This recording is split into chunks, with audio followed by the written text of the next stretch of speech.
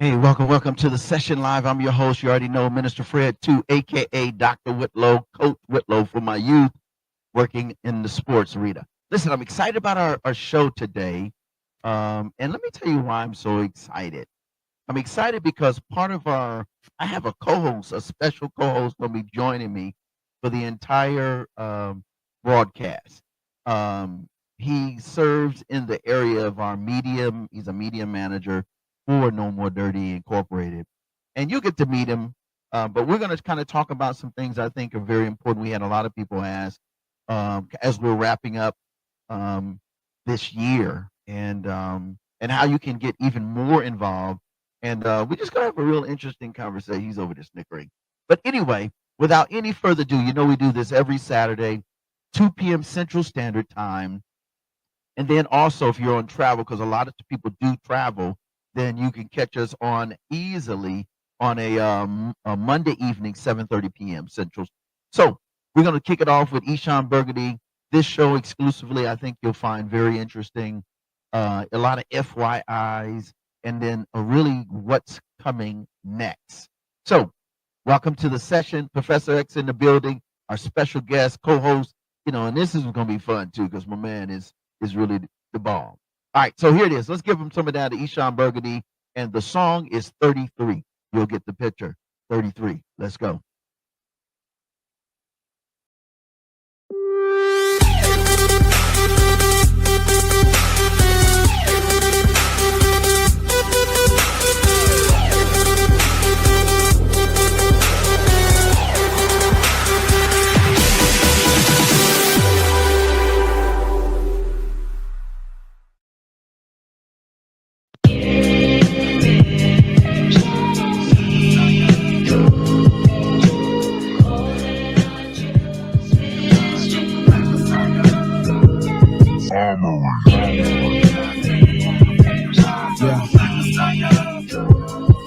Hallelujah.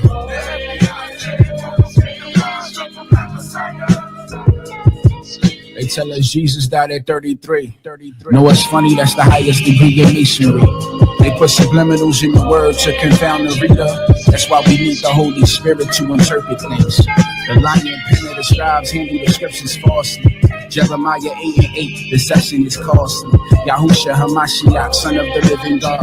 Hair like Basquiat, divine toast and wine from yourself. No private stop. His death was the cost of our transgression. Church put us on, but something off about that man complexion. I had to let go of the scholars and do some introspection. Truth trumps the devil's gospel and causes insurrection. Don't make us violent. That's the image of a sodomite killer. Don't keep us silent. Ain't when it's tribe to identify with them. So you watched them. Caesarea, Borgia, be a pure demon. Get behind me, devil, like the Messiah addressing Peter. Y'all's glory gon' fall in Lebanon upon the cedars. They turn Yasharel into thugs and divas. Gave us male idols to worship with feminine features. A spiritual degree surpass a collegiate. The lion gonna arrive with unlimited ether and put Zion on his back. Jehoshaphat season. Yeah, everything gon' crash. Everything gon' crash. 400 plus years, we finally free at last. I did enough years sober, it's time for me to spaz. Drunk in the spirit, only ice left in my glass. Don't put no glory on my name, it ain't no fame. I'm trying to collect, forget my story, I did my thing. But without the king, ain't nothing left. Baptized by fire, we the Kadesh. Sitting in flames ever since he left. If he the tree, I'm in the nest. Put me in check, know I'm blessed. I confess when I make a mess. Wearing that word around my neck. We here to serve, we the elect. Only thing I'm smoking is this flesh. We have to go to the cause. Dealing with the condition itself is not enough. And it is because of our effort toward getting straight to the root that people oftentimes think we are dealing in head. I give honor to Hamashiach, Son of the Most High, the living word of the Father who is one with the Father at his right hand, close by. No love for that wicked graven image that is seared in our minds by the powers that be. Some of y'all close your eyes to pray, and when you do, that's who you be. Thou shalt not have no other gods. Shake nothing from the earth or from heaven or the sea. That's idol worship, and that's on purpose. Beloved, please allow the truth to set you free.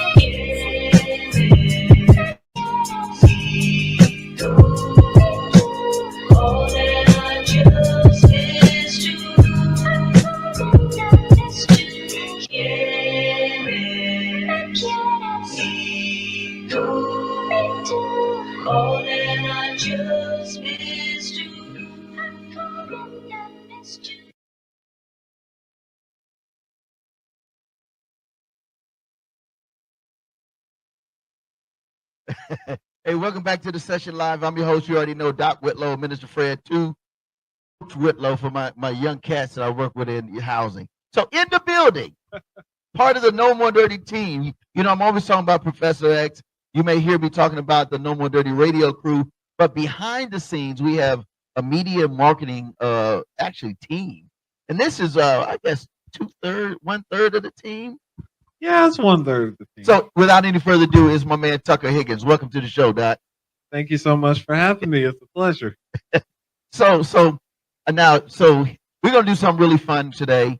But before we do, you guys know how this goes. We got to break Tucker in, man. Tucker's always behind the scene, making sure we get all the shots and all the media stuff. But today, since you're my guest / co-host, then we got to do this real deep thing. So 3 fun facts about who you are. Fact number 1, talk to the folks. Fact number 1, my favorite passion is actually children. I used to want to be a teacher. I was actually going to go to school to be a teacher and really make a difference with the youth. Fact number 2. Fact number 2. I love cooking. So anything, Really? just give me some ingredients and I will turn them into magic. Now, I didn't know that. So now you know what's going to happen. A few hidden talents. I got to keep him on his toes. I can't let him know everything, you know. Oh, my goodness. All right, fact number 3. What you got, Doc? Fact number 3, I started my first business when I was 18. I'm 23 now. Do the math. Wow. You have how many businesses? We're going to say 2. 2 going on 3, huh? Mhm. So what inspired you to like really become that serial entrepreneur? I guess that would be the word. Honestly, not the money, but more so the financial freedom and the ability to make a difference in somebody else's life. My drive is to make someone's life easier or better Wow. because I care about people. Wow. See, again, now you're getting a backstory. You're getting to learn a little bit more about No More Dirty and the team, because a lot of times they see me or they may see the crew from the radio side, but we really have a talented bunch of staff that actually is very intentional about changing the world from a technological perspective, from a very compassionate perspective. What do you think, bro? I think it's great that you're asking me these questions, but I like spinning the block because y'all don't see this, but behind the scenes, I'm texting him. If you're going to ask someone else a question, be ready for them to ask you. So I know you more than most of these people. So tell me 3 things about you that they don't know. Okay, so this is how we doing this? Okay, Yes. Here we go. This is how we do it. All right. So 3 things that they may not know about me. 1, I actually enjoy downtime. Because a lot of people are like, hey man, Minister Fred, Doc, I see you everywhere. You're in these spaces, you're in these galas, you this, that, and that. I really do enjoy finding downtime. Now, when I say downtime, I'm talking about downtime in terms of not doing any business. Okay. Now, I love people, so I can hang out all day long with people, and we could be doing nothing but laughing, watching a show, whatever. But I would say that would be my fun fact number 1, or a fact that they may not know, right? Number 2, I like going to, and this has been a recent number 2 for me within the last few years. I was invited to go to a Broadway play, and I actually like it. So now I'm kind of a fan of Broadway. Okay. Yes. So it might Culture. be a musical, it might be an actual Broadway play, and I'm up to travel for that outside the hip hop shows. I know Of that. course. All right, what's up? There's still a third one I'm okay, all right. looking for. See, he There's a tried third to one? get out of that one. Wait, Y'all wait, ain't notice it. A third one. I don't know. You got it. Do you know? What do you think? Okay. All right. So a third fun fact, that I don't know if people may not know it, but I love fashion. Okay, that one surprised me, and I see him more regularly. So I really he giving do y'all like the fashion. inside scoop. But the thing about it, I like unique fashionable styles. So Okay. like you'll see, like today, I'll have a really nice corporate blazer, but then I love some really dope jeans, and I like jeans that most people won't be wearing. That's like, who does this kind of combination? And then I'll either wear a brim or I'll do a fitted. This case, I'm rocking the he with tan and brown and a white, blue and a white. Okay. So I really love colors. I love color coordination, and I love fashion. Alrighty, I love that. See, y'all got some information from him that he doesn't normally give out. I don't. But since you on your toes today, let's turn the tables for real and let's really be about these questions because Okay, I'm open. So this is all on my man Tucker. So welcome to this special. I guess we'll call this an exclusive. Oh, this is an exclusive because as the media manager, I get all these questions. Okay. So I'm going to ask you some of the popular ones we get. So let me start you off with something easy. I'm going to ease you into it for this one time. Okay. Because the team knows I ain't easy on you. Right. He is not. Tell us your favorite quote or scripture that you live by and are most passionate about now. Okay. A favorite quote now that I really like is, and it's a scripture, but I see it as a quote, and I'll explain. Okay. I like the scripture that says, nothing is impossible to him or her that believeth. Now, that is a scripture, obviously, but for me, that scripture, I see it as more a montage, a quote of how to live and thrive. So it's not just getting the bag. It's not just being able to say I've accomplished something. It's really, if I can really conceptualize it, if I can believe that it can be done, then I'm going to put 100,000% energy in it. And then everybody around me is going to feel that energy to the point that let's try it. Okay. So that's a scripture and a quote that I would say that was most recent. And then the other one is, of course, that I'm a new creature in Christ. Old things are passed away. That's encouraging to me that even though I struggled with things, and most people don't know I struggled with addiction. People didn't know that I've struggled with things that are internal, and I saw God deliver me, and it drives me, passionate wise, now to see people transformed. Does that make sense?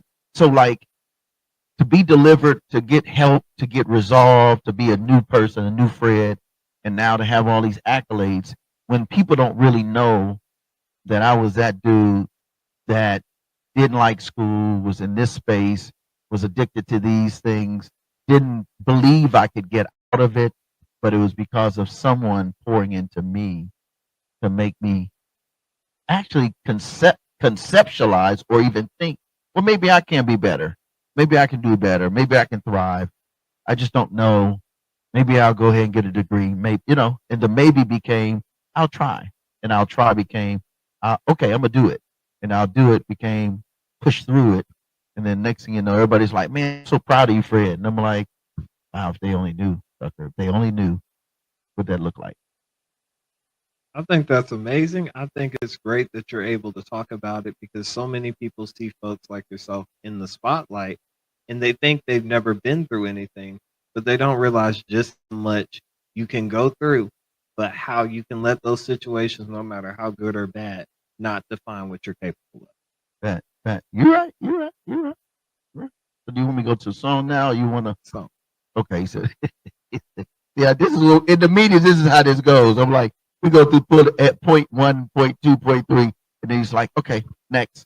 So anyway, we're gonna go to this next song. It's actually Professor, why don't you cue up a song that, and since we're talking about my journey, I guess, so to speak, there's a song that I wrote or penned with a good friend of mine, Sunday Postman, and it was really kind of one of the first songs in my journey since Hurricane Katrina, where I wrote something that was not just straight hip hop. It was more of a postmodern crossover kind of vibe, and it's called "I'm Still Here." And it was because at one point I didn't think I was going to be here. I didn't think I could get out of the rut I was in. And so shout out to my man, Sunday Postman, and then also Glenda Burrell, who did the hook on it. Here it is. I think you'll love it. It's a really dope song, and it kind of speaks to a little bit about my mission and who I am. So here it is. I'm still here.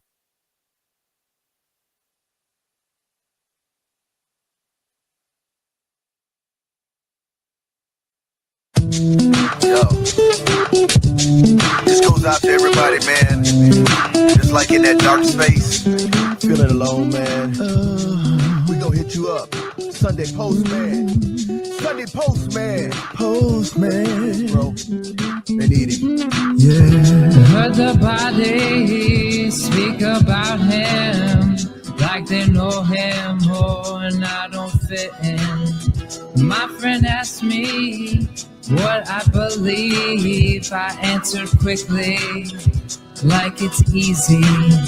Am I so naive to agree with divinity? Not known personally. So cold, man. Some people just talk about God, but they really know him. The lights in the room go out for a minute, and I'm still here. And I'm still here.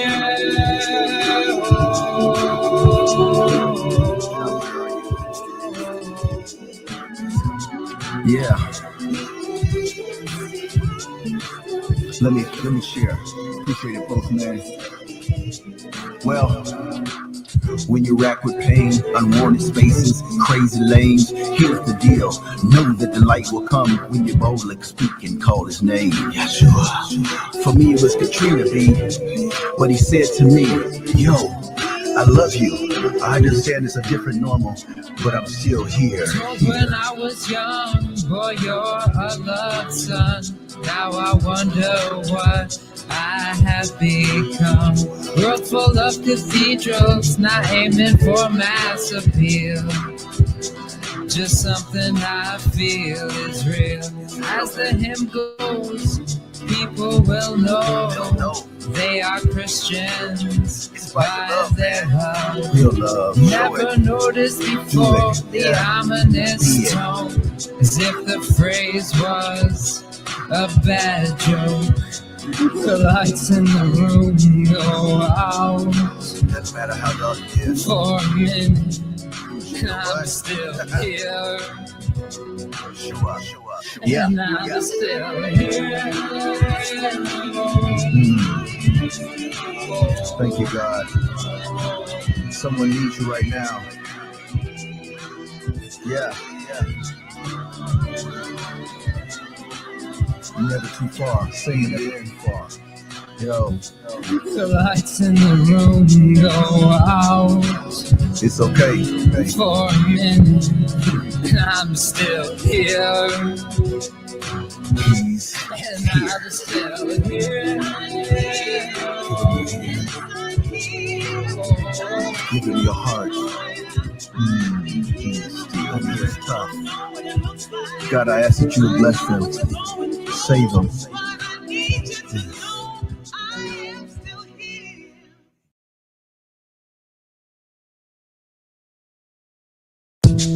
Yo. This goes out to everybody, man. Just like in that dark space. Feeling alone, man. We gon' hit you up. Sunday postman. Sunday postman. Postman. Oh man, thank you. That's a nice way to bring me in, Professor. Shout out to Professor. Gotta give it to him. Oh my goodness! Welcome back to the session where this guy Tucker Higgins is holding it down. What's up, bro? None much, It was interesting to hear that. I loved it because now I'm never going to leave him alone with it. So thank you for that. You're welcome. I got to keep his life interesting. What can I say? I'm full of jokes and I'm here to keep him young, but that also means I got to keep him on the move. So Yes. as part of keeping you on the move, What you got, bro? the next round of questions. Next round of questions. All right, here we go. My next question is not going to be too hard. I know you got this, but let me think of how I want to ask you this because you have so many answers for this, and I've seen him go through this question, guys, over and over and over and over again. He has this like clockwork. So, tell us about NMD Inc., who you are, and what sets you apart. All right. Something that I have never said before. NMD, No More Dirty Inc., which is the organization that's behind all of this stuff. Mm-hmm. The reason for NMD was I was in New Orleans. Let's go this route. I was in New Orleans. I was working at the juvenile prison there. I was working um, under the warden at the time for the state of Louisiana, but they had a warden at the facility. Okay. And then there was a chaplain, which is interesting because I came in, I just rapped for one of their Sunday services. Chaplain said, "Hey, we heard you rap. We saw you on the stage in New Orleans, blah, blah, blah." So I went, did that, got a call, said, "Can you come back?" Those cats hired me to develop curriculums that was clean. Okay. So I created a curriculum that was no more dirty. Because I was riding New Orleans, everybody's riding in the dirty South. 504 boys, all of that cash money. Everybody was riding dirty. And a lot of the interpretation of dirt was illegal. Just things that just wasn't healthy. And so I created this curriculum called No More Dirty. And so we did everything from math, STEM, economics, business, how to get the bag that was legal, not dirty, and so on and so on. And then after Hurricane Katrina, when I ended up moving back here, after going through that deep experience, God inspired me to name the nonprofit No More Dirty. And the theme is transforming lives for life. Because all of these people that I was dealing with, including my past, was dirty. But you see somebody clean, always on point. How do we get from dirt to a clean brother or sister? How? And so that was really, in a nutshell, without being long, taking it too long.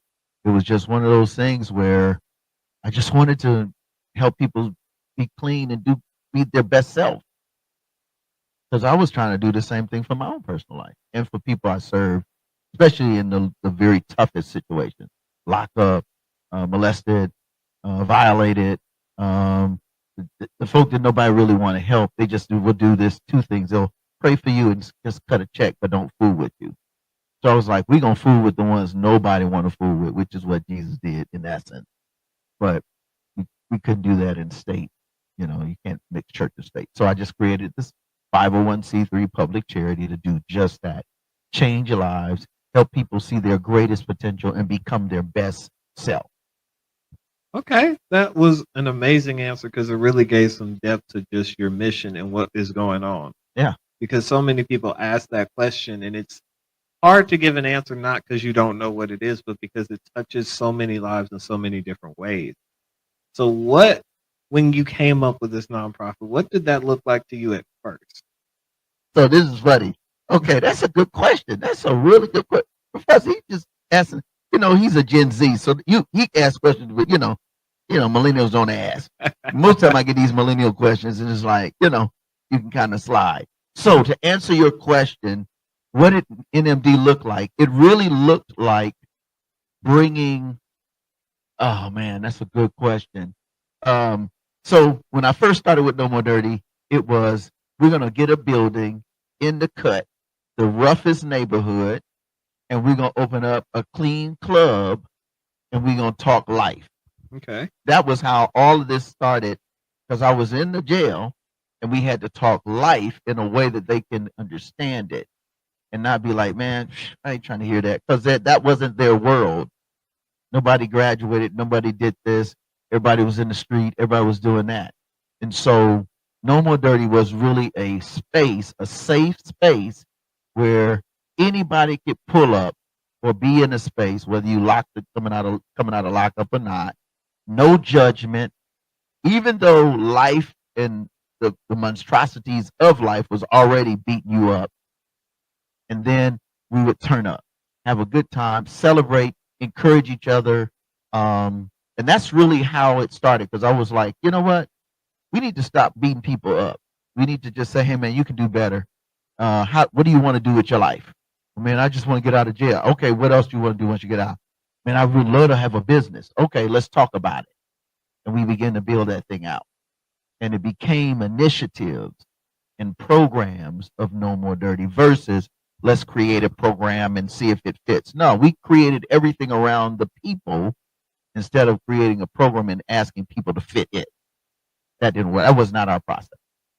I absolutely love that because you said it at the end and you really hit the nail on the head, because a lot of these programs create something based off of data, off of statistics. And there's off nothing of wrong with that. Absolutely, because it still touches a market. But to be in a position where you're actually on the ground in some of these communities, like you said, where people don't really want to go to or don't really want attention to because there's a stigma or there's this or that, or in some reasons they might be scared or feared, as if these are not other people. Correct.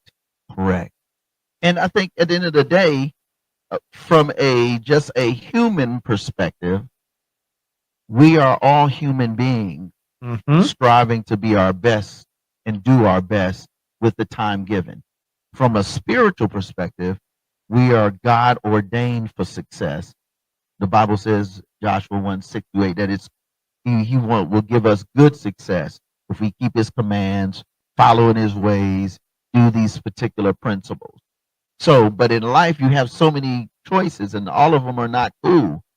That if you go down one choice, one lane, you choose one thing, man, it takes you down so far out the way that you like, man, I just want to live, man. I just want to stay out the way.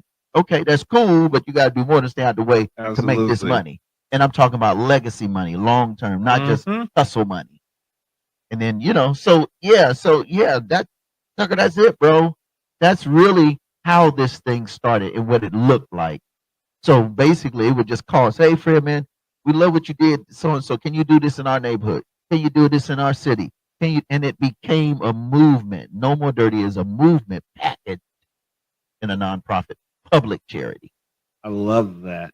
With that being said, music is a big backbone of who we are. It's always involved in whatever we do, and that's what makes it so fun. So if you're nonprofit, if No More Dirty had a theme song, what would it be and why would you choose it? Okay. So can I do two? One is like in the faith music, and then one's mainstream or non. Hit me with the 1, 2. I want to see. Right, so for oh man, if I had to do mainstream, it would be For Real. Happy. It would be Happy. Okay, I'll rock with happy. that. I just want to see you happy. That would be the song for mainstream. For inspiration on the gospel side, the Christian side, or the God side, I would have to say Reconcile featuring Marvin Sapp. I never would have made it. Marvin Sapp did the original version, but I'm a hip hop head, as you can see. I'm a hip hop dude. So I would have to say probably that would be my song now, outside the old school hitters. So never would have made it, the remix version by Reconcile, featuring the hook and the music gospel guru Marvin Sapp. In fact, hey, cue that up, man. I really want you to hear that one. And of course, Happy with For Real. Maybe we'll come back in with a snippet of that. Here it is. Let me introduce him because that's my song. Here it is. Reconcile. You already know. Boom bap all day. No More Dirty. You already know the business. Hanging out with my man, the guru himself, Kinsey. You already know Tucker Higgins. And here it is. Reconcile.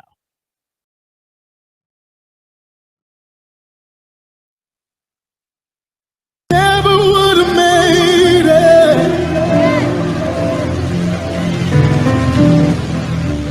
Incredible. Never could have made it without you. Never would have made it.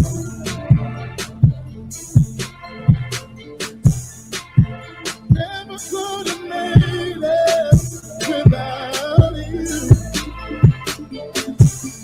Trailer parks, projects, black Chevy sitting high, gold teeth, black tees, whistles blowing in the sky. You don't work hard, you don't meet, you don't grind, you don't shine. Down south, this that down south, Florida state of mind. And I was at the crossroads of that red light, trying to get my head right. Many nights full of pain, shedding tears on the floor. Cause my mama told me we ain't see it no more. No food on the stove, got me standing for the stove. Out past late, cause I had it going home. Hated my heart, and it gone in that zone. I'ma do me, that was all I was on. Fist fighting with my dad, and blood and dirt off in my teeth. Fist a fist full of tears and fix my clothes above the street. No respect for nail body. 16 years old and I ain't killed by myself, but Lord, you chose to die for my soul, and I Never would have made it.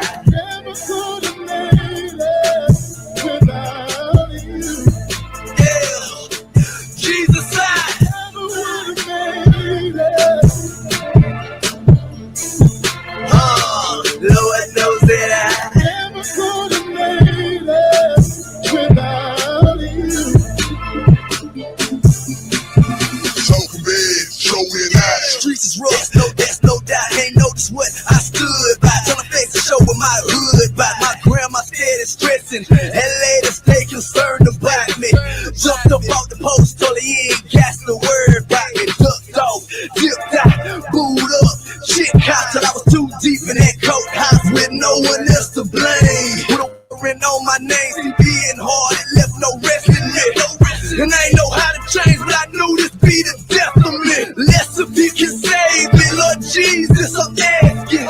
This world is passing, staring at my dog. Can't get straight wildin' out for no reason. Sin had me defeated, and when it seemed I couldn't make it, this man told me about Jesus' side. Yeah. Oh man, Lord knows that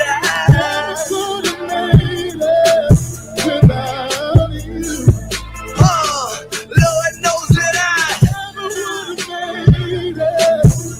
Jesus, Lord,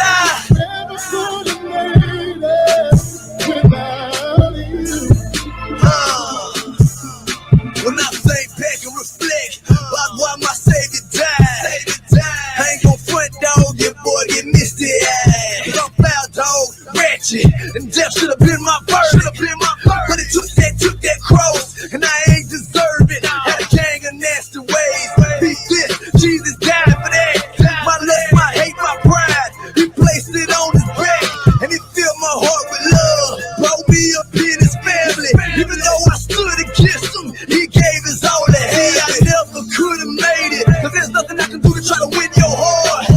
But you gave it all, and you been involved. I'm thankful for that cross. Jesus hold my life together. So now I'm stronger, wiser, better. H-time.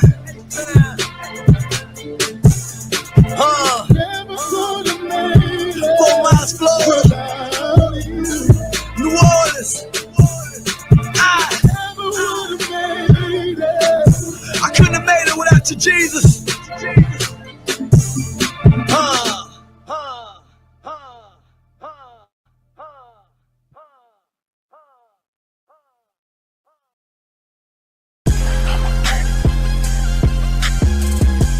No More Dirty TV show, hosted by Minister Fred 2, airing the cleanest and dopest music videos in the industry every Wednesday and Friday at 7:30 p.m. Central Standard Time on the No More Dirty Inc. YouTube channel. We got clean, positive Christian hip hop and urban music for your viewing and listening pleasure. We also have music video exclusives, interviews, cycles, life lessons, and more. Make sure to follow us at Minister Fred 2, at No More Dirty Inc., and at No More Dirty Radio Show. For more information, email us at info@nomoredirty.org or call 256-698-9749. The No More Dirty TV show. Connect with us. Tune in.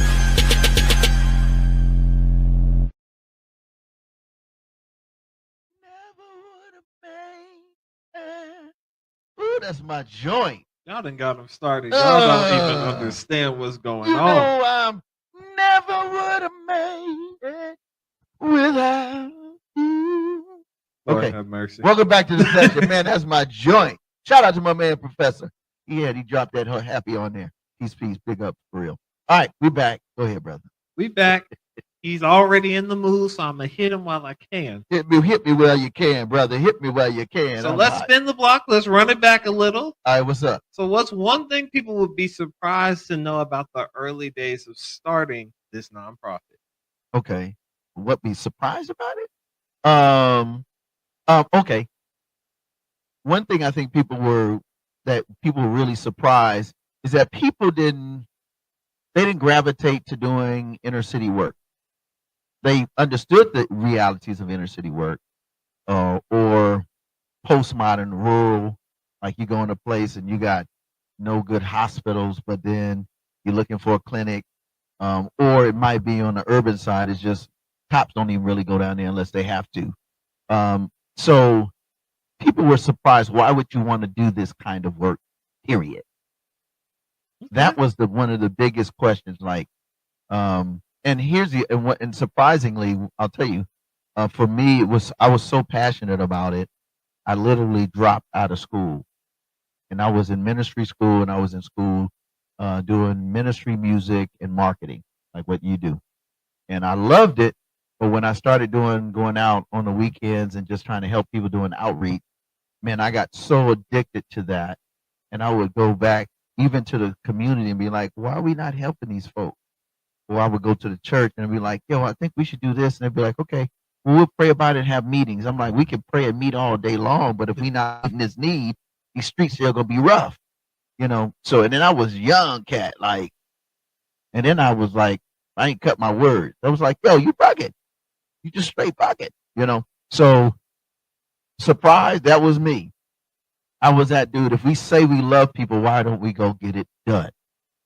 And as I began to become more involved, I just left traditional pieces, traditional community, traditional church, traditional or the mainstream programs that were already established that weren't meeting the need. And I said, I'll go out there in the thick of it, dope boys, pimps, chicks on the corner, the whole nine. And I was known as that dude, you know. And they knew I loved God, but they were like, man, why you the only one coming out here? There was a church on the corner and there was a liquor store. There was a, adult film company, whatever Right. there. And then over here you would have a daycare with kids. So you got all these elements in a neighborhood or rural. You would have one of them adult playstations, whatever, and then you would have a school district right next to it. And it'd be like, oh, this is crazy. You're inviting violence, violation, this, and that. So I was that guy that as a young person, I was an advocate. And so a lot of people didn't like it. I was like, I don't care what you don't like. I'm about to shout it to the top of my lungs, and then I'm gonna grab all my homies and we're gonna fight this stuff, literally. And we didn't have a lot of money. We just had a little bit of resources and big mouths. And then we would go and we would make a fuss with the law enforcement. And they'd be like, well, if you go in there, we'll go in there. And then that's when collaborations and partnerships, I learned how to do that because most people wouldn't go to those places. They would just expect the police to do it, just expect the mayor to do it. But you're a citizen. What are you going to do? It's all about being the change instead of waiting for it. Absolutely. And I love seeing that come into play with you because definitely there wasn't trails created before you started doing something like this. So you said, none of these paths are going to where I'm going. Time to make one. There it is. There it is. So with that being said, you understanding from that perspective, what's one real misconception people have about giving back or making a difference? And how would you change that perception? Oh, that's a good one. First part about misconceptions or, about giving back.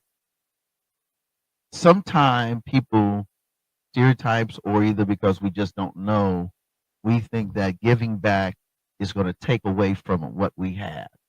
That's a deep one. That is so far from the truth. It's just not. I'll give you an example. So right now we're doing a year-end drive. Our goal is $5,000. We want about 400 people to donate $25. I had a person call me the other day and was like, okay, what can I do? And I said, well, this is what we're going to do. We're going to provide gift cards for families that have 4, 5, 6 kids in their home. And they're not going to have a good Christmas nor a good meal. And we want to outfit them with that. We want to do some art packets, some this and that. So in the conversation, it came up with, how do we know they're going to use it for the right reason? So I said, let me ask you a question. And they said, okay, what do you think, Dr. Whitlow? I said, here's the thing. What if they chose not to do it? Is that on you? That's a good one. That person got so quiet and was like, huh. I said, no, I'm not saying that we're just going to toss money in the wind. What I'm saying is the give back for the holiday season is that important because imagine that person is genuine. Then you got God's grace. First of all, we have $25 to give somebody. We will go blow $25 on a meal at a local restaurant for lunch. So it's not like we don't have it. It's how we use our funds to be a blessing to others. And it's not going to take away because I'm going to spend that 25 on something. on a game for my kid, my nephew, my niece, because games are $25, $40, $50 anyway for one game. But $25 can outfit somebody with a Christmas gift that lives in poverty. $25 can make a world of a difference. So what is 400 people giving $25? That ain't nothing. You're going to blow $100 just getting a shirt and a shirt probably and some cufflinks if you're a bruh. Cufflinks $25, $30 for cufflink. Just do. Or a pen, a lapel pen is $35 to $60. Come on, guys, ladies and gentlemen. So I think that's one of the things that we have to really, giving back is really about understanding how blessed we are and how fortunate we are to be able to bless someone else. And then we benefit by not just the good deed, but by the God deed in our heart. Does that make sense? That makes a lot of sense. So that's why we're always intentional. Go to nmdinc.org/support. You really will be helping someone live out their best life, become better. You help somebody with a need. And guess what? Then you can still write it off. So you get the tax write-off if you want it. After stuff, I don't rewrite off stuff I do. I just do it. And the Lord keep blessing anyway. So there it is. All right. What was the second part of that question? I forgot, man. How would you change that perception? How would we change that perception? Well, that's a good one. Here's what I recommend. I recommend if you are a person that has a family. I'm an individual. I don't have kids, but I'm gonna do this one first. If you're an individual that has a family, be intentional about discussing how you want to help others. So if your thing is not going in the hood and saving somebody, fine. It might be going and singing carols, good. It might be being an anonymous donor, good. It might be, kids, what do you want to do? We want to make pictures and take it to the nursing home, good. It might be do something that shatters the stereotypes and the stigmas so that in the end, when your kids and your friends and your circle of influence, right, says, well, hey, Dr. Whitlow, what are you doing for the holiday to be a blessing? You can say emphatically, well, I discussed it with my team, like how we discuss. We discuss everything, Team No More Dirty, in our monthly meeting, and we come up with a project, and we're going to do this and do that, and we agree upon it, and so the entire team is on one accord. Your entire family should be on one accord, and it should be intentional about the give back. And then you don't have no remorse. You don't have no regret at all. All right. One more thing. If you're a single person or you're a person that doesn't have kids like me and like Tucker, sit down and discuss. Well, sit down. Let me do this. Sit down and write out things that you like to do to be a blessing. So for me, mine is give back. So for instance, I have a basketball team I work with in housing. The holiday is coming. Right? Okay. And we're going to be off. But the day after Christmas, I'm going to take my kids to see a movie. We have practice for a tournament coming up. Now, I'm off from the job, but I will still be at practice because they're going to be like, Coach Whitlow, we're going to practice after Christmas. I don't want to be there. I do not want to be there. But I will be there for 2 hours. I will be there for 2 hours. And I'm going to do it on a day that works best for all 20, 25 of my boys. Find something that you're passionate about or do the research about what the needs are. Pray about it, and then you as the individual do it. Man, it's so rewarding. I love my job. I love my job, not for the paperwork at all. I love my job because I get to be able to do things for kids and family, period. When I stop doing that, I'm out of my job. I will personally say, thank you for my time. I'll take my retirement and move on. But until that time, that's why I think we have to really be intentional. And it's what better to do it is during a season of giving so that when it's out of the season of giving, we still give. Okay, I love that answer. I'm loving what he's giving me, guys, because I've been asking for these answers for a little while. Hint, hint, nudge, nudge. And we finally got him. I guess he said this is going to be your Christmas gift, but as long as I got him. But you mentioned mentoring and being the coach for these kids when it comes to basketball. And I know they're all fairly young. So let's think back into their perspective. Let me put you back in their mind. If you could send, and I'm gonna let them watch this show because you taking us here. Go ahead. If you could send one message to your 16-year-old self about starting this nonprofit, what would it be? Now think of the let me say this nicely, the Christianly good version. Go ahead, man. Think of the good 16-year-old, the one that just got out of the church, the one that, that whatever, man. It could be good, bad, ugly, whatever. All right. What would I say to my 16-year-old self? Ooh, that's a tough one. And I know we're on timer, so we can't take forever. I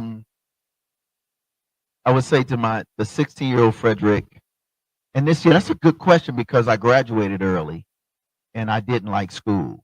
So I would say to my 16-year-old self, because I did drop out, and I had a 3.8 GPA. Can you go figure?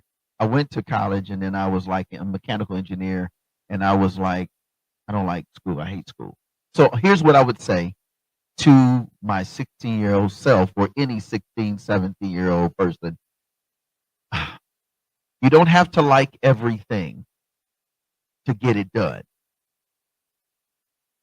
If you don't do it, you will regret what you could have done. Hear me. I think about if I would have went on and finished and not stepped away and took years to come back, and it took me longer to get to this seat to do these good things. But if I would have finished earlier, first of all, you start out in engineering. If that's what you wanted to do at 70, 80,000, cost of living is 65, 67 minimum in pretty much any city to live. So I would start out at age 16, 17, 21, making $80,000 to $100,000. You're not going to do that as a dropout unless you're doing something illegal or you're working around the clock for someone else doing a hustle. You're still not going to get it that way unless you find yourself in some other space.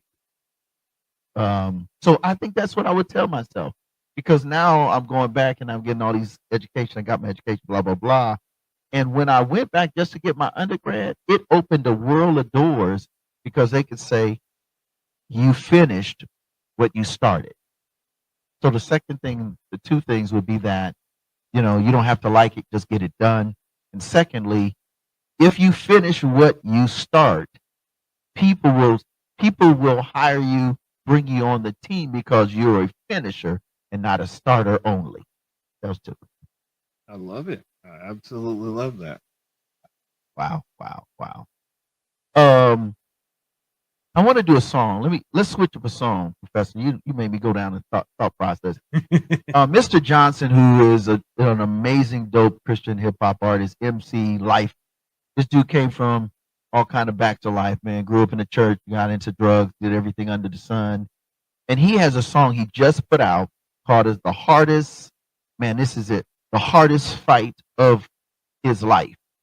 When you're a young person, young adult, and even adult, and you're trying to make decisions to change, it's usually the hardest part of your life is what you do with your choice.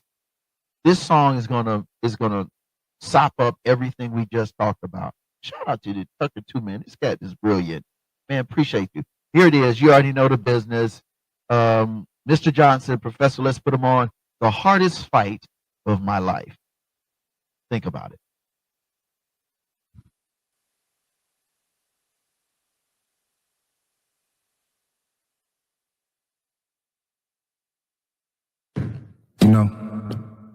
The hardest fight I ever had to fight in life was the fight I fought to free myself from self. Stuck in the clutch of death and the hand around my neck, applying pressure was connected to my own arm. Dear God, I feel like I'm losing this fight. Cause my views of what's right is really wrong, or what's wrong is really right. But in living life, you got to get it right, cause we can't live it twice. Then it's quite a shame that I'm to blame for all the pain I withstained through the years. I swore to never cause my mama pain, but I'm the main source that drew those tears. Dude, look here. I was supposed to be a protector, a provider. But how can I provide when I deny time after time the right way of living? I say I gotta get it. Now I'm committed to this living that got me convicted in that system where recidivism was the goal of interest. Oh, they got us right where they want us. Lock us up to let us out so when we come back, we stay longer. Say, homie, did you know the hardest fight I ever had to fight in life was the fight I fought to free myself from self? But what I love to death never seemed to really love me in life. I mean, it steered me right down the wrong direction. Knowing I loaned affection, I went looking for love with the wrong perception. And in my own deception, I neglected the fact that in order to love you, I got to love myself. But how can I love myself when everything I love in life I place above myself? I drug myself through the mud for the love I felt. Got up to dust myself off, took a look around. There's no one to be found but myself. Now with one finger pointed at the world and three back at me, the verdict is in. What I thought was a strong defense was really a weak excuse. Putting my struggles off on others is what weaklings do. See, the streets had me confused. Because I say stuff like, man, I'm a product of my environment. You see, I heard somebody else say that, so I started to believe it. Because when I heard it, it changed the way that I perceived it. Oh, I'm less fortunate. I should be street. But my father's the king. I'm part of an eliteness. But the fact is, homie, when you can't see this. Peep this. Did you know the hardest fight I ever had to fight in life was the fight I fought to free myself from self? But no longer would I let something else determine the way that I'm living. When I'm the captain of this ship of decisions, it can only drive where it's driven. Listen, my vision became so clearer when I realized the guy behind my demise lies within my own mirror. My lack of success was due to unsuccessful logic. You see, because I can say that I'll be straight if I get off this shape. But all it takes is one mistake to coming off the fate. It was a big mistake to think a gamble was a strategic play. So when I'm confused by what to do, I hit my knees to pray. Because hey, the hardest fight I ever had to fight in life was the fight I fought to free myself from self. Because the fight of my life was the fight for my life. And I be fighting right into my death. Yeah.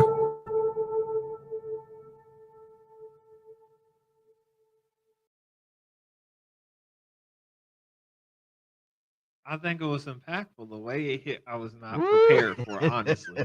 I had no prep for this before I got here, okay? So I was not ready. So we wasn't going to tell you everything, Chuck. Shout out to my man, Professor X, man. Professor X is, let me just say this. I'm going to say on behalf of us here, man. Professor X is a rocket scientist doing another degree. What are you doing, man, now? Who? Systems engineering. He's already a rocket scientist, but he's now working toward getting another, I think a master's or something like that in system engineering. This brother, again, we talked about, you know, what we're passionate about. Talking about STEM, NSBE, National Black Society of Engineer. This dude is brilliant. If it wasn't for Professor X, we wouldn't have Camp Smart's rocket robotics program. If it wasn't for him, even here in North Huntsville, making those connections with Alabama A&M, Oakwood, Drake, bringing in the best of the best from companies like Boeing and Northrop Grumman and so on and so on. So shout out to my man, Professor. He didn't know I was going to say that, but when I was looking at the video and I was listening like you were watching, when we fight the hardest fight of our life and we realize it's our choices, and then when we make a good choice, then God can even do more than just clean us up. He can clean us up and make us the success that we desire and that he really wants for us all. So I just wanted to plug you, man. Shout out to you, man. He's doing his thing. All right, we back. This is Session Live. Tucker, Higgins, take over. I'm sorry. I want to ease you into something. I'm going to be nice with this question. Let's have a little fun. The audience has got the series out the way. But what's your go-to guilty pleasure? Because I heard you say earlier, because I clocked this. I'll be listening like that. Okay. That you like to have a nice break, have your peace. Correct. What's your go-to snack during that time? All right, so my go-to snack, and I got an activity too. Can I share that one? Go for it. All right. So my go-to snack, this is really it. I have to work out because of these two things.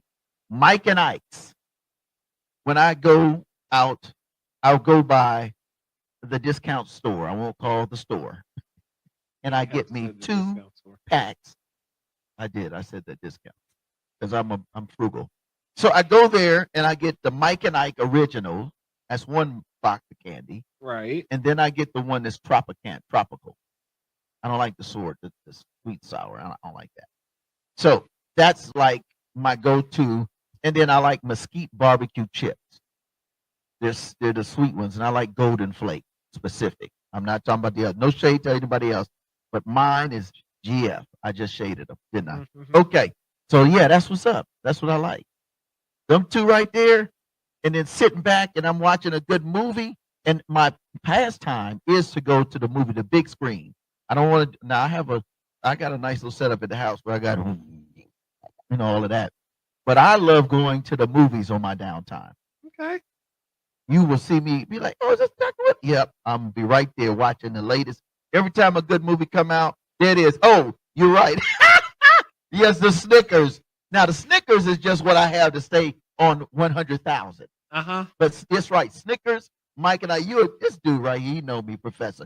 Snickers, Mike and Ike, and some mesquite barbecue chips. Them three right there. Oh my God. Yo, that you can just send that to me as my Christmas gift. 5045 Memorial Parkway North West, Suite B, Huntsville, Alabama 35810. Don't do that. If you do that, you're taking them home. That's all I'm taking them home. I'm taking them home, baby. I'm taking them home. Yeah, that's my pastime, Doc. That's my pastime. Okay. Okay. Oh man, I'm glad to see you got some comfort in your life. You got your food. He didn't have to call you out about them Snickers, but I ain't mad at it. Hey, that's what's up.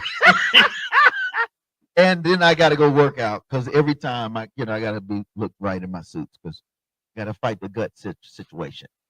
So, but I get it in. Look at that boy. That boy Tone. He toned, baby. All right. Help him, Jesus.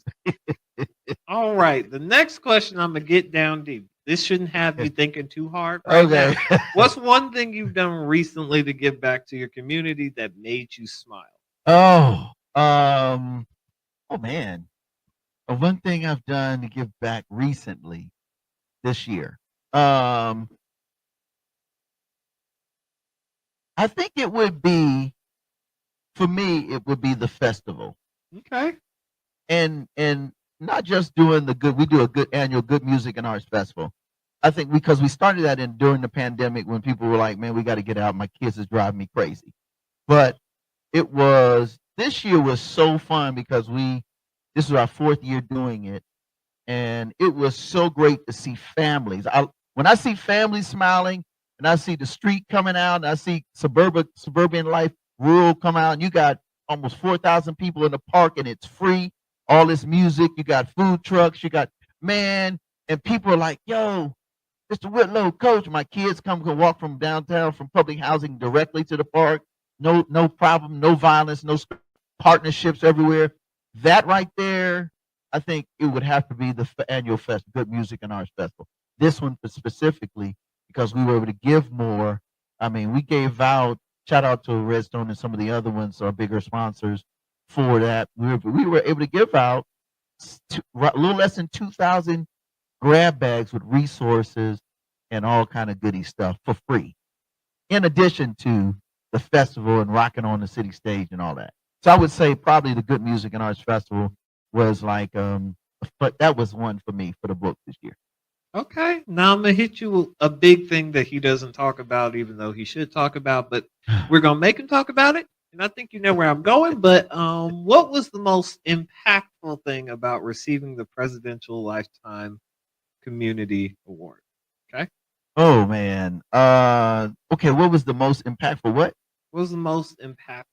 What really hit you when you got told you have received that? Because that's not a regular run of the mill. Here you go, a little bash like they give kids in the Scouts. Yeah. So, being recognized and receiving the the Joe Biden Presidential Lifetime Achievement Award, that man, that was a moment for me.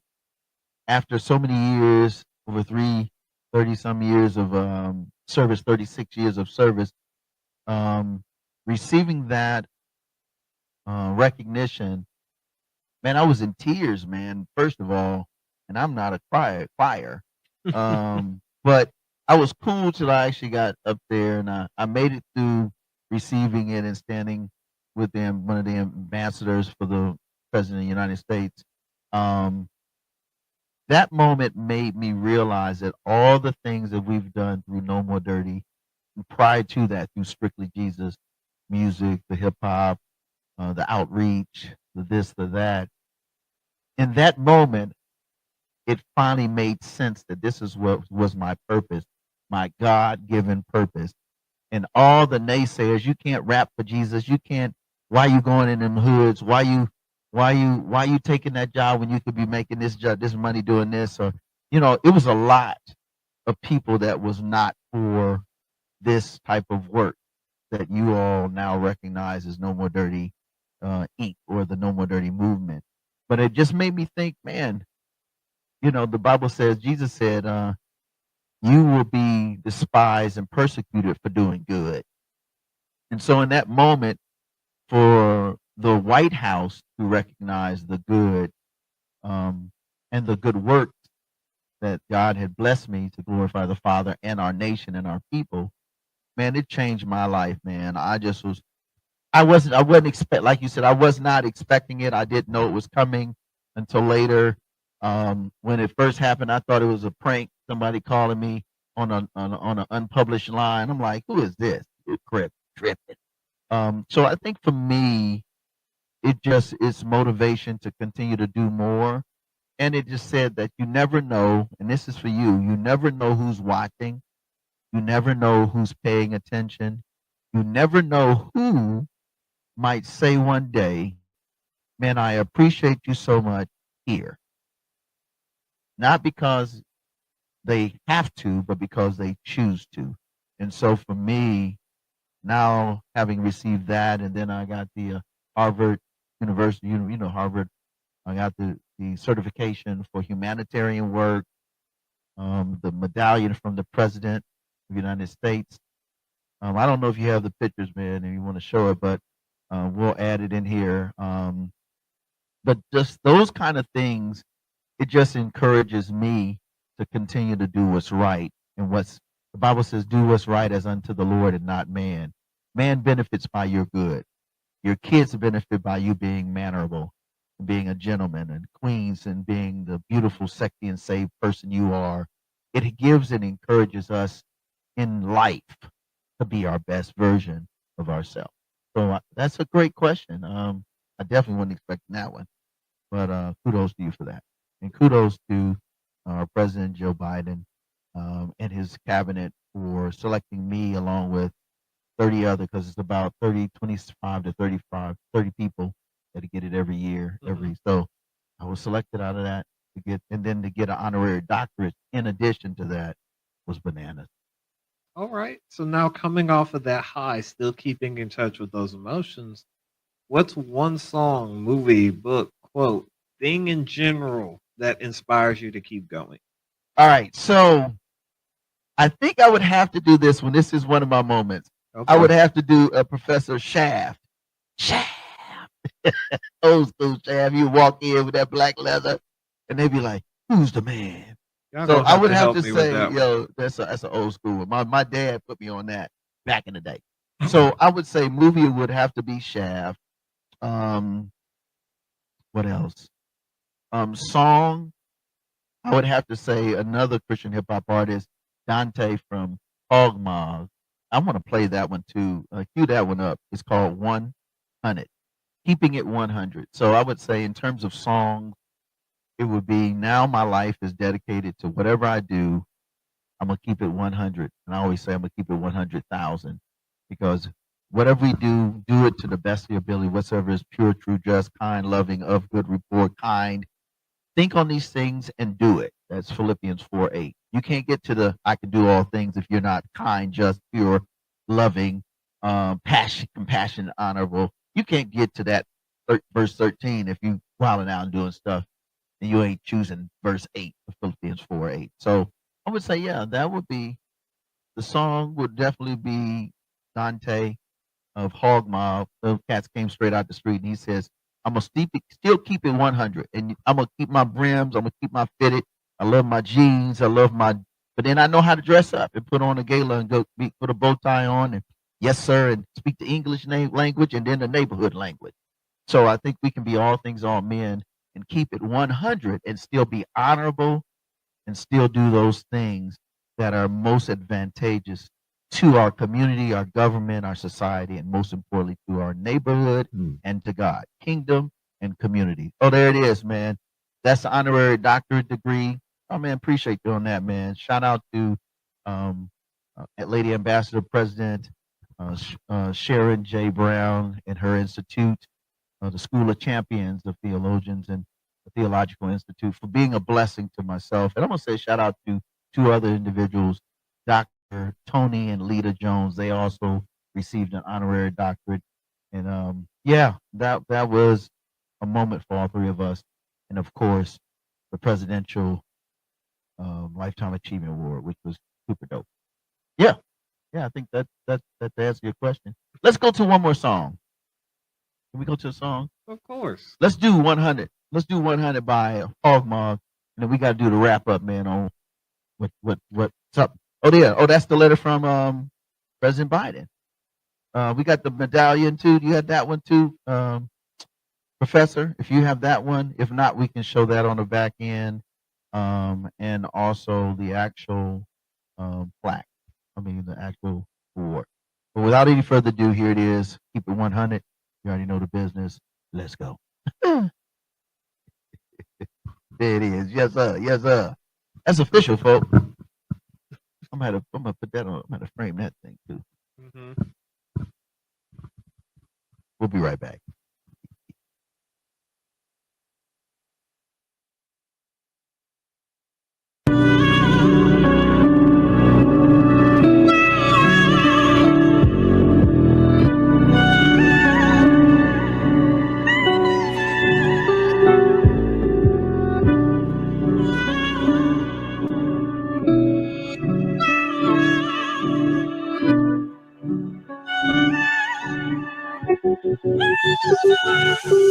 Let's go. Living my life, I'ma always keep it 100. I'ma always keep it 100. I know, he know, you know. Living my life, I'ma always keep it 100. I'ma always keep it 100. There was a time when I was high drunk, no spirit, no sober. Used to go Planet of the Apes, no Cobra, no Ola. Raw coke, no cola. 100 bands in my bare hands, no polar. I keep it 100, bro. Used to be a wanted man, now I got a wanted flow. Keys to success go to whoever wanted more. They say, can't tell me the truth. They don't really want it though. Catch me at a church with 100 folks. Hog mob deep, rolling like 100 folks. Used to flip packs, run it up like a number hole. Used to make the pot hot and chill like a summer cold. Now I push the rock like I'm running dope. I hit up the Lord, my connect when I'm running low. Gotta pray to my God above for the running souls. Gotta stay on my daily walk to give the youngest hope. Living my life, I'ma always keep it 100. I'ma always keep it 100. I know, he know, you know. Living my life, I'ma always keep it 100. I'ma always keep it 100. There was a time when all I did was sell pure coke, no filler. Black strap with a silverback, gorilla, no squiller. Big fofo killer, faux skrilla, 4-time dope dealer. Yeah, I kept it 100, bruh. Tripping, it was going down. Flipping, I was coming up. Drove past the workers in the trap where they run it up. Hit they big homie with the pack, then I sum it up. Saw my life flash like my numbers up. Then the Holy Spirit banged my line like you dumb or what? God been looking at you whole time and the sun is up. Don't be standing on the other side when he's running up. So I stopped the hate I had coming up. Put the work down, dropping weight like a summer gut. Gotta pray, I see all the signs and don't wonder what. Gotta pray for those with hit records like a summer cut. Living my life, I'ma always keep it 100. I'ma always keep it 100. I know, he know, you know. Living my life. I'ma always keep it 100. I'ma always keep it 100. I know, he know, you know, you know, you know, you know. No More Dirty TV show, hosted by Minister Fred 2, airing the cleanest and dopest music videos in the industry every Wednesday and Friday at 7:30 p.m. Central Standard Time on the No More Dirty Inc. YouTube channel. We got clean, positive Christian hip hop and urban music for your viewing and listening pleasure. We also have music video exclusives, interviews, ciphers, life lessons, and more. Make sure to follow us at Minister Fred 2, at No More Dirty Inc., and at No More Dirty Radio Show. For more information, email us at info@nomoredirty.org or call 256-698-9749. The No More Dirty TV show. Connect with us. Tune in.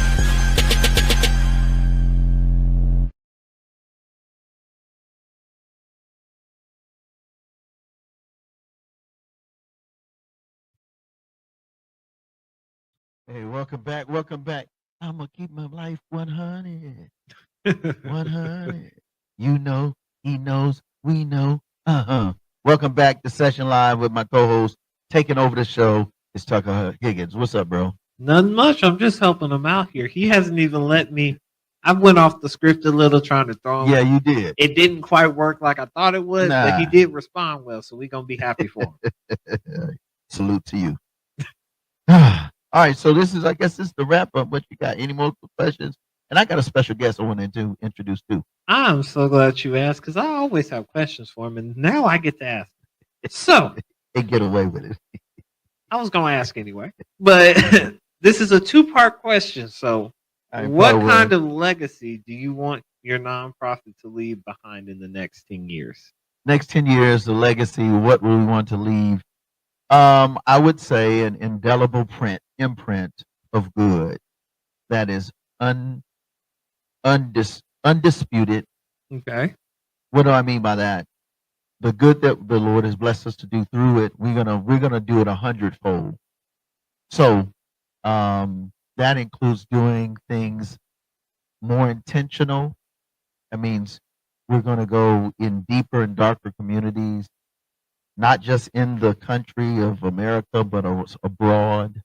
One of the big things, definitely, I would say, legacy is going to look like within the next 5 years, an official campus, No More Dirty.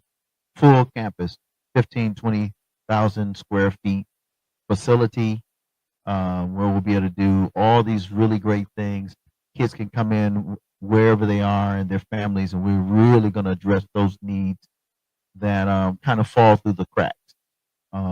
So I would say if you're looking to do something on that level, we need to talk. Serious business. And then in terms of legacy, in terms of education, we want to see 100% of our kids successful. Thus far, we've been able to do that with our Camp Smart initiative. All the kids we've been doing Camp Smart for 5 years now, going on 6 next year. And of every kid that we've had in our program, they have completed high school. Most of them have graduated from college or university. We have some that are like juniors now. So within the span of 5 years, most of our high schoolers are now graduated seniors from colleges, and they're working in their field of expertise and doing well. In fact, some of them make more money than I do. You're talking, listen, 18, 19, 20, 21. And they're making it as much as I make and more. So kudos to the Camp Smart program in terms of legacy as it relates to the Greatness Project. Going forward, we will be taking these programs. We have a program called The Greatness, helping young men and women that have been in juvenile detention centers, coming from juvenile prison, because I have a heart for that. Because if we can deter If we can change a trajectory of a 13, 14, 15, 16, 17-year-old, that's middle school to high school, right? Yeah. 10 to 12 is middle school. But if we can change a trajectory through Camp Smart, and then if they get in trouble and they already have a record and they're already messing up, we have the Greatness Project, because we believe every kid is great, helping them find their greatness, transposing that into a platform of success, infusing life skills, infusing etiquette, decorum, spiritual growth, personal development. A kid with a record as a juvenile, when by the time they are finished through our program, they're going to be not only a productive citizen, but a thriving citizen by the time they get to 19, 20, 21. And depending on the state, juvenile, adult, juvenile, that you can time out of juvenile detention, or as a juvenile either at 18, 19, 20, and 21. Some states go all the way to 21. You're still considered a juvenile. Not many anymore. So these are some of the things in terms of legacy, in terms of education. We want the Campus No More Dirty to be the most creative unit site. We're partnering with some amazing people already, NACI, others that are already on deck. But we're going to be the go-to for the streets and for the rural areas. Real talk. A one-stop shop for transformation as a youth, young adult, and adult. So legacy in terms of that is Campus No More Dirty. In terms of the media, music, No More Dirty Radio, TV, No More Dirty, the talk show like here, the session. Our goal is for young people and for adults alike to become proficient in speaking and communicating what they believe, and also in their talent. So we're taking the studio. This studio will be transformed to a full-fledged production platform for kids and for families. We're going to do all clean entertainment, from clean comedy. We've already started this, but this will be the hub for it. And eventually, when we open up this mega campus, it will have its own facility to do just that. So legacy looks big and better, because transforming lives for life is signature, and this is what we do. Thanks again. If you go to our website, go ahead and throw that up there too, since you said that. Our website is www.nmdinc, NoMoreDirtyInc.org. And be a part of what we're doing. I mean, we're not asking people to just come out here and just be happy and not be better. We're not asking them to do that. You know what I'm saying, Chuck? This is a real thing. Yeah. That's definitely a mouthful. That's definitely a lot to think about. But more importantly, it's stuff that will happen. So I want to ask you a question before we get our guests in here. For you, because Tucker is one of our most recent part of the team, staff, and what have you. For you, why did you choose to do No More Dirty with us in this season of your life? The reason I chose, and I didn't expect him to ask me this question, so he's I thrown did, me a little, but the reason I chose was because, unlike so many others, I grew up in environments where my parents taught me to always give back. But more importantly, I grew up in environments where people always talked about change, but they never did anything. And I'm a big why not, like, why can't I do this versus why haven't we done this? So if you tell me, well, I don't know why we can't do it, that's a green light for me to go do it. Because I believe I can ask for forgiveness later if it goes wrong, because at least I tried something to help somebody else. Yeah, yeah. And for you, what does give back look like for No More, as a part of No More Dirty? Might as well, because what people, and I'm asking this here, I want you guys to know who Tucker is. He's a big guy, man. A lot of the new things you've seen with the social media, the drops, all these little cool things you see me, that's because of this brother right here. You know, that wasn't my thing. My thing is entertainment, hit the stage, rock a show, do a show, talk show, and I'm out. But he's like, nah, man, people need to know who you are. So for you, what does that look like for you, man? For me, it looked like being able to like have a space and be a part of a group that acts like, well, doesn't act like they are a family. When you walk through those doors, you are a part of something so much bigger. But one thing that really hit me one of the first few times I came was I don't know how, I don't know why. There was something going on in my life because there was a lot of drama at that point. And they pulled me to the side and said, "Are you okay?" They stopped the meeting mid-meeting, and we sat there and talked it out, and they worked through their problem with me before we continued on because they cared. They didn't know anything about me. They didn't know what was going on, but they were already ready to invest that love, that care, and compassion. And to have people like that who want to pour into you from the very jump makes you want to pour into other people when you see them. Yeah. And that's really what makes No More Dirty Incorporated or No More Dirty whole movement so special. Like Christ, he loved people, invited them to the table, and said, "Listen, this is how we move. We love for you to be a part of the table and part of the movement." And for us, legacy is movement. We're not just an organization. We're not just do-gooders. This is a lifestyle, a transformed life from where you sit to where you plan to be, without all of the drama. You're already catching enough drama without me saying, "Man, why are you doing that?" But what I can say is, "Man, hey, let me introduce you to this. Let me share this thing. Let me pray with you. Let me introduce you to somebody that can help in this area." And you all take it from there. But holler back, let me know how it goes. If that doesn't work, let's try this one. If plan A don't work, we got a B, C, D, E, and F. And shout out to our partners. What do you think, bro? I love it. It's completely true. There's nothing more to say. It just touches you in a special way when you enter this atmosphere. So I think we're at the end, but I do want to, I know we talked about the last question about what's next. Absolutely. We got to give them a little something so they know what's going on. Just a little taste, though. We don't want to pour the whole cup yet. Just a little bit. All right. So you talk about February. And I'm going to talk about the other, but I wanted to do this. So one thing about us here at No More Dirty, the organization, we're not just about transformative initiatives and programs within the city and just the United States. This year coming, and this is where I'm going to ask you for your support, as I've always asked. We will be adopting, and I'm super excited, and we'll be doing some No More Dirty outreach and some partnering with a ministry in Kizzy, Kenya. And they're 9 hours away from us. So like now, it's 2:00. It's already midnight over there, or 3 at this point. But I want to introduce them to him briefly because I know it's early in the morning. Hey, Professor, let's bring in Pastor Bismarck Morocco.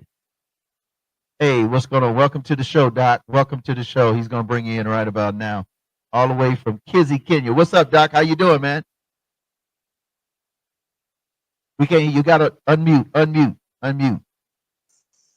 Yeah, there we go. Hey, how you doing, Doc?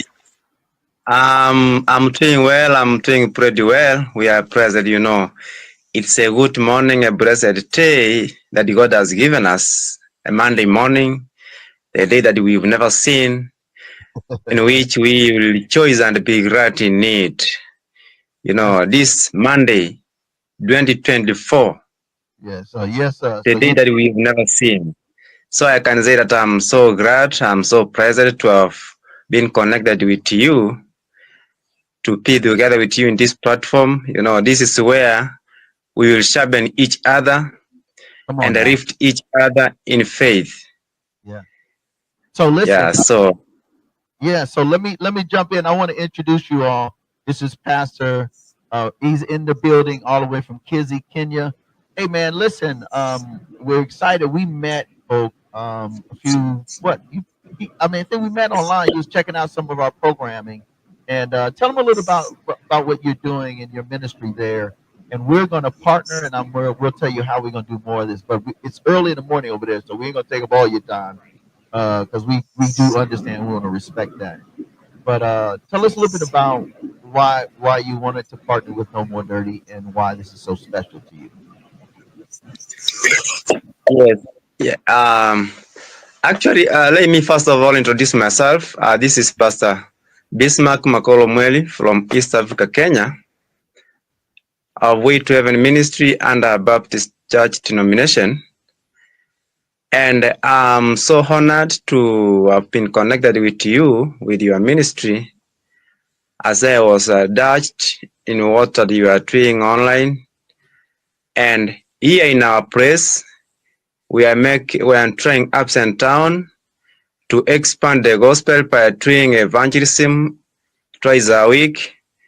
And by doing that, we are managing to reach the unreached people and welcome them back home to the kingdom of the Lord.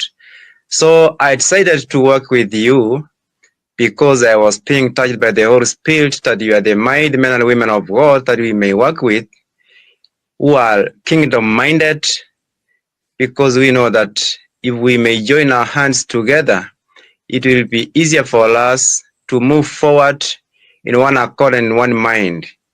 As we know that me and you, if we join hands together, it's easy for us to see to seek the face of the Lord. So I'm so humbled. We may work together, we may partner together in terms of advice, in terms of teachings, and maybe supporting the ministry where possible.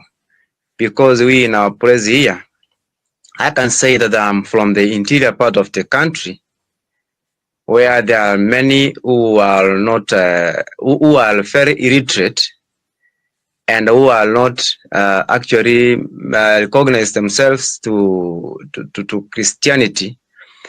So I just wanted to say this.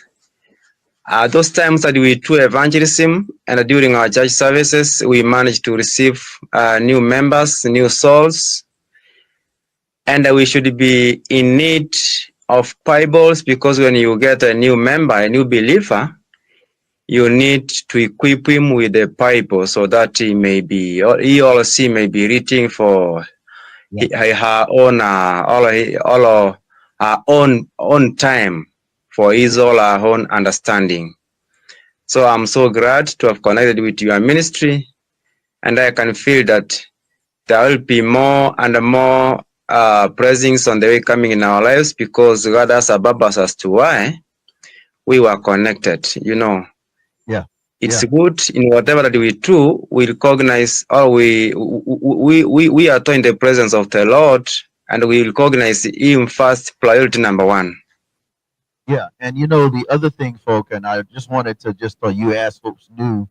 So going into this new era, we are going to work toward helping outfit them with Bibles in their native language, and then also get them lessons, some for the kids. And what I really like about it is, like, they're already looking at 50, 60 people that they're really serving in that community. It's a rural community.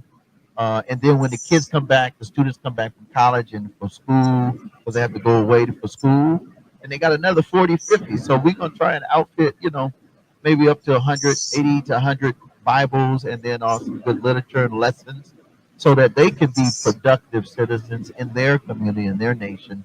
And they can also have that faith piece, so that they can be able to deal with life when life happens. So, Pastor, we want to say thank you, man. I'm grateful for this opportunity to have met you. We're not going to keep you long, but please give our regards from the No More Dirty family and everybody. There's a lot of people watching this, Doc. We're on LinkedIn, we're on Facebook, YouTube, X, you name it. So we're going to do our best, and part of our year-end giving and our annual giving, we're going to include supporting you with those necessary tools. So, like we said before, we'll be talking more about how to do that, and in a very short time, and where to send them. And so, again, folks, this is the kind of stuff that we're about. We're not just about rocking shows and doing this. Rocking shows is just bait to get you to be a better person or help somebody make a world of a difference, man. And shout out to your elder I met just a while back, and to your. And they have a beautiful spot. And we're going to do an exclusive with you at some point, Pastor. We'll do it. We'll just have to do it. Or we'll have to come in at late night to do it, so we can see your beautiful countryside. And it's beautiful, folks. It's beautiful what they're doing, and they got the farmlands and all that kind of stuff. And you have your own building, correct? Already. Yeah. So we're going to try and bring No More Dirty out that way at some point, once we get the foundation established. but whatever the needs are in terms of so they can be productive Kenyans, because everybody deserves to be productive citizens, kingdom citizens, and as I always say, it's always about community and kingdom. And so this is our first working abroad, but it will not be our last.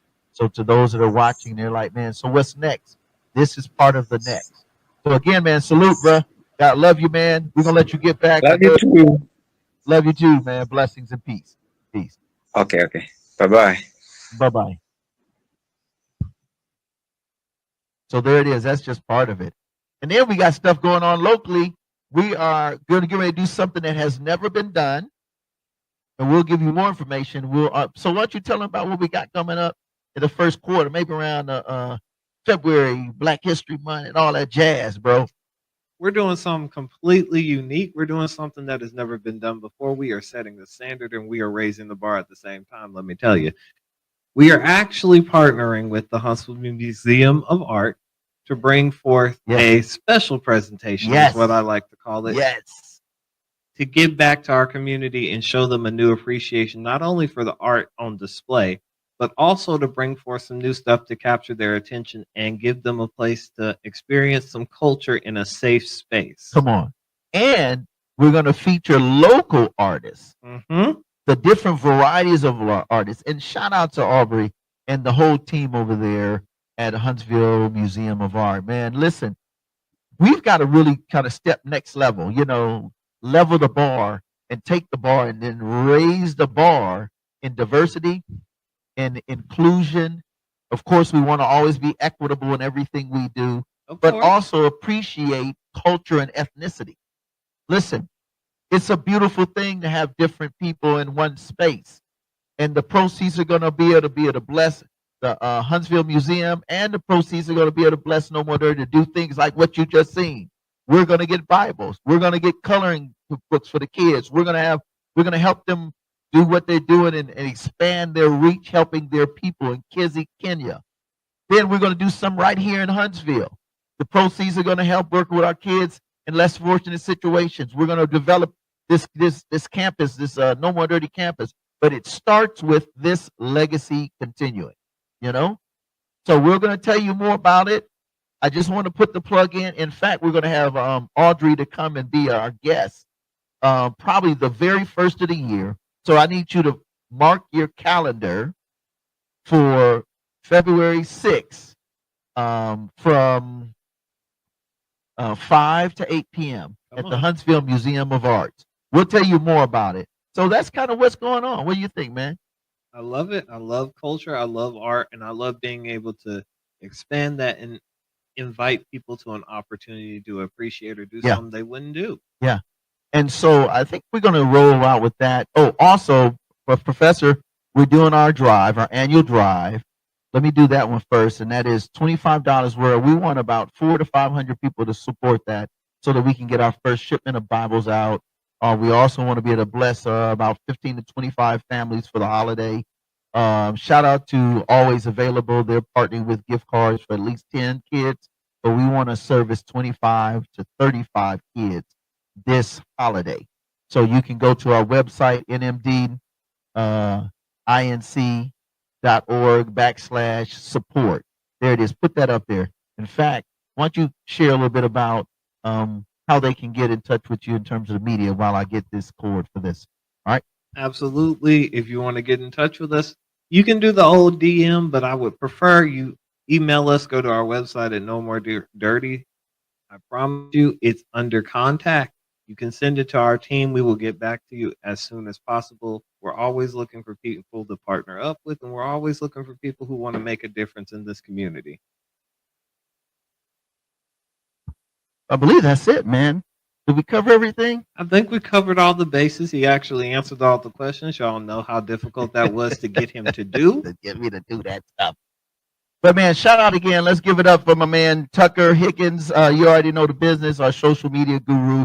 And also, we got to also say a special thank you to our entire team. Of course. Man, we got Diane. We got Diane Bryant. We have Juanita Gonzalez.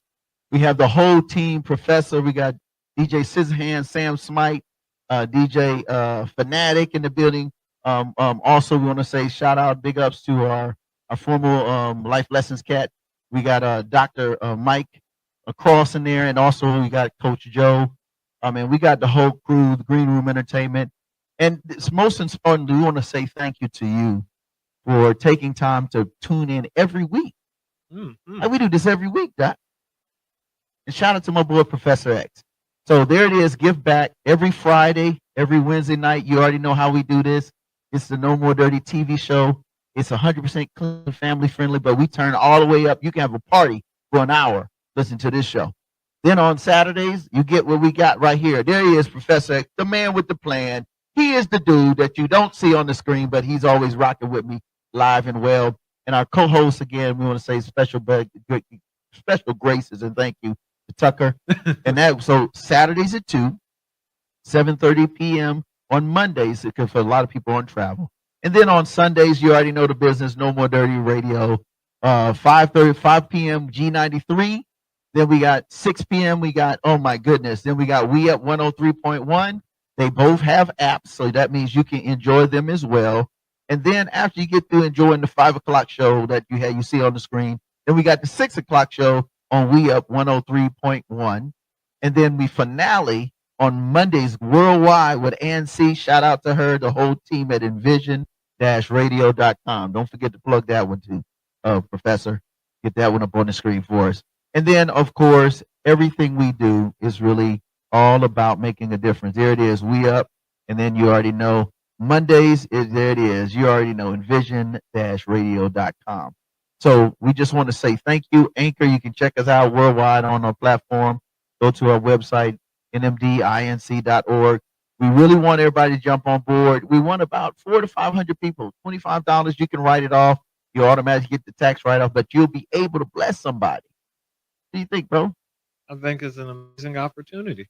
Man, might as well do it. Listen, we're going to blow it just eating at IHOP or something, man. That's $25, brother, just for a meal. But this will go a little bit longer, blessing somebody. So, again, give back during this holiday season. Again, shout out to Pastor and Pastor Bismarck. Oh, man, thank you so much for allowing us to part with you. We're excited about partnering with you in Kenya. And again, to everyone else, and a salute to all the partners that we partnered with this year. Right? Absolutely. Man, if it wasn't for you, we couldn't do what we do. So let's continue to keep this thing alive and have a fantastic day, evening, and a fantastic holiday season. And then a wonderful New Year's. And we're going to have a great turn up in the New Year's. This is it. You already know your host, Minister Fred 2, Doc Whitlow, Coach Whitlow for the Young Cats, and my co-host, Tucker Higgins. You already know, the best and the baddest. The best and the baddest. Really, let's take them out. Hey, let's take them out with my song, These Are They. These are they that came out of great trials and tribs. We all going through something, but we made it, and we're going to do our best and live our best life, because we and you and they are no more dirty. We'll see you next time.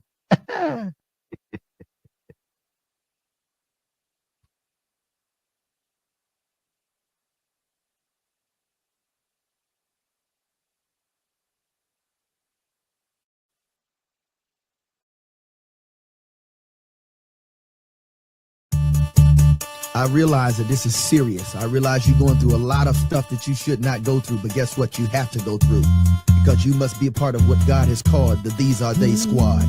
Check it out. These are they. These are they. These are they. Let me hit you with that holy scripture so that you can see that these are they that keep the 10 commandments of the G to the O to the D, found in Exodus chapter 21 through 17. Yes, these are they that have the faith of Jesus Christ, strictly. So flip the B to the I to the B to the L to the E.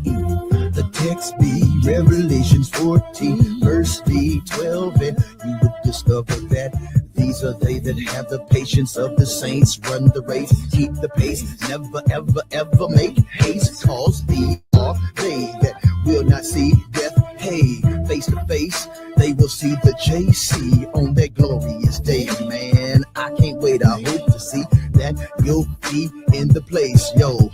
It's by his G to the R to the A to the C to the E. Everybody say with me that will be. These are they, please. These are they that keep the commandments of Yahweh. Yahweh, Yahweh. And these are they that wash their robes in the blood of the slain, but risen lamb soul. These must be they that came out of great trials and tribs and soul, not death, but endured to the second coming of JCO. These are they.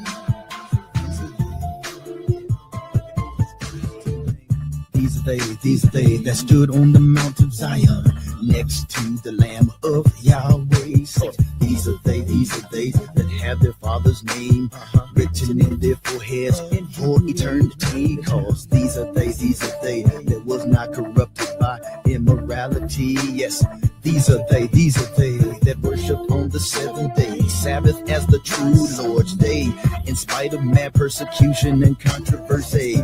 These are they that remain celibate and virgins for Christ's name's sake. And these are they whose mouth is clean, no gall at all. Because these are they redeemed from among all men, being the first fruit unto the G-O-D and the Lamb. These are they that overcame by the only begotten's blood and their own testimony. That's the reason why we sing. These are they that keep the commandments of Yahweh, Yahweh.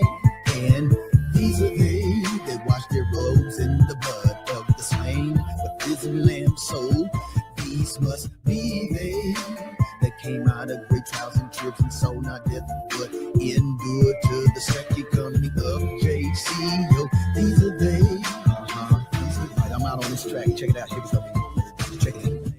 Finally, these are they that will say on that glorious day, lo, this is our God. We have waited for him. Now he will save us. These are they that sang the new song before God's majesty. It's a song of Moses and the Lamb. Nobody else had dibs to sing this special jam. Not even the elders nor the four beasts. Even the holy seraphim and the seraphims had to be ceased. Silent be, only they, aka 144,000 redeemed from the earth at the second coming of JC. I pray that you will be on that great day and you say with me, cause these are they that stood before the throne of Almighty without any spot or wrinkle, man. Cause blood washed white robes, you understand me?